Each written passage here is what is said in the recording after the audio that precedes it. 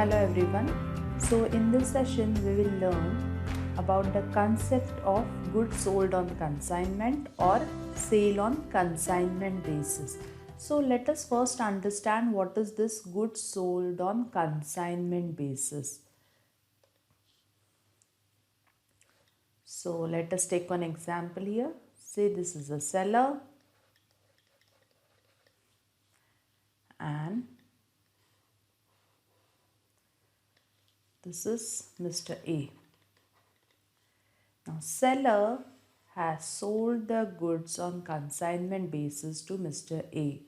So, goods on consignment basis. So, what is it exactly is? Mr. A acts as an agent who will sell the goods to other buyers on behalf of the seller. So Mr. A acts as an agent for the seller who has received the goods on consignment basis and who will sell it further to other buyers or the customers on behalf of the seller. So goods on consignment basis means that the goods are sent by the seller to a consignee. Here agent is known as a consignee and seller, the person who is sending the goods, is known as a consignor. Consignor is a person who has sent the goods on consignment basis and consignee receives the goods on consignment basis and then he sells it to other buyers on behalf of the seller. Now, there are some important points which you need to remember here. See, here goods are sold on consignment basis. So seller doesn't send the actual invoice to consignee. He sends pro forma invoice along with the goods. When the goods are sold on consignment basis to consignee, it is not an actual sale. The consignee accepts the goods and sells it on behalf of the consignor. So, when the goods are sent on the consignment basis, it is not recognized as a sales immediately in the books of the consignor. So, it is not an immediate sale. It is just noted as goods sent on consignment basis. So it is not a sale when the goods are sold to consignee. Now, in this case, since we say they are not a sales, the ownership of the goods, when the goods are sold on consignment basis, even if they reach the consignee, the ownership of the goods will remain with the seller.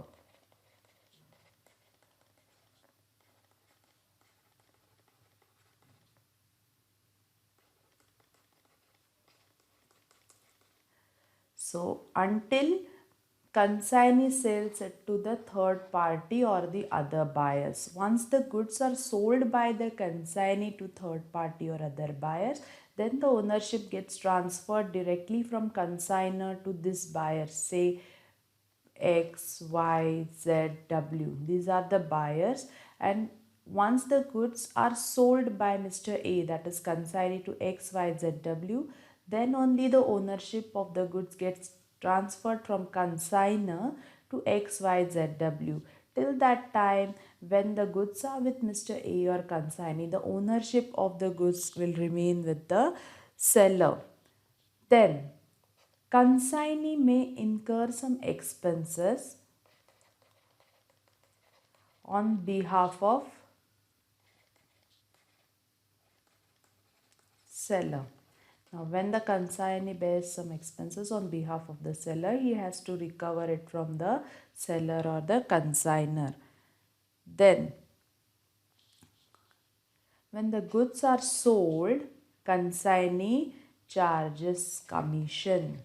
There is a commission that the consignee charges, and whatever is the commission that has to be paid by the consigner. Then at a particular period, at the end of a particular period, the consignee will send some statement known as account sales. So consignee will send account sales statement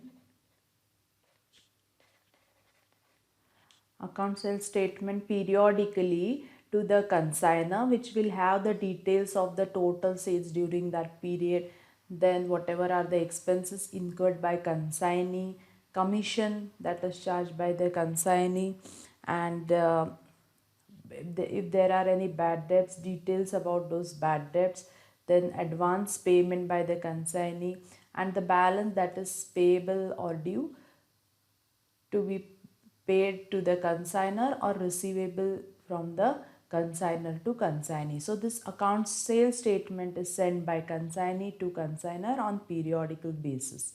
So this is known as the sale on the consignment or goods sold on the consignment basis. Now, as we have learned, consignee will charge a commission from the consigner for the goods sold on consignment basis. So, what are the different types of commission? Let us learn what are the different types of commission.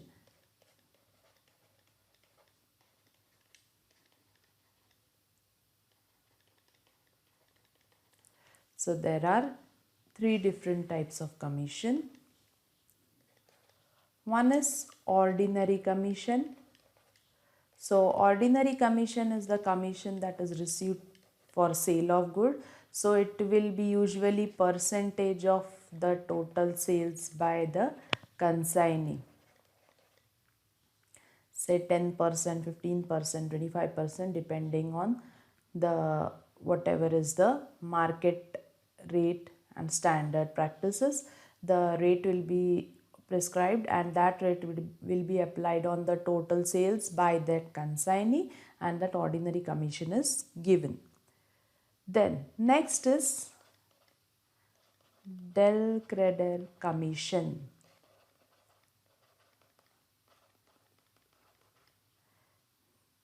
Now in this case, this commission may be on the percentage of credit sales over and above the ordinary commission, or percentage of total sales. So when nothing is mentioned, we will calculate this del credit commission on the percentage of total sales. Now what is this? So in this case, if this commission is received by the consignee, whatever are the bad debts because of the credit sale will be borne by the consignee. That is, say if there is some credit sales and that amount couldn't be recovered from that third party debtor, then whatever is the loss of bad debts, that will be borne by the consignee and not the consigner, if the consigner is giving del creder commission to the consignee. Then third is overriding commission. Now this overriding commission is usually given, maybe it may be given above the ordinary commission, or it may be given on percentage of total sales. Now this is given to encourage a consignee to increase the sale or to sell the product at the higher price. So it may be given as a percentage of total sale, or it may also be given as a percentage of the higher amount for which the goods are sold, or percentage of the increased sales as compared to the standard sales. Okay, so this is usually given for encouraging a consignee to have an increased sale or sell the goods at a higher price. So these are the three types of commission: ordinary commission, del crede commission, and overriding commission. Now, account sale or account sale statement. Account sale or account sale statement is a periodical statement which is given by the consignee to the consignor. Okay, and it has the details of whatever is the goods sold, then commission and expenses. So this is a format of account sales statement. So account sales statement for the period ended, it will have period, then you have particulars, amount, and then you have sales, then cash sales, credit sales, then we have details of unsold inventory left with the consignee, that is the stock that is left with the consignee, then expenses incurred on behalf of the consignor. Example is freight, storage and warehousing expenses, marketing expenses. So these are basically expenses that are incurred by consignee on behalf of the consignor. Then commission earned, what is the commission on the total sales that is earned by the consignee. Then advance payment or security deposit with the consignor. If consignee has given the advance payment to the consignor or some security deposit with the consignor, that details of those are given here. Then balance payment that is due or to be remitted. So balance payment that is due from the consignor or remitted to the consignor. So this is a format of account sale statement that is given by consignee to consignor on periodical basis.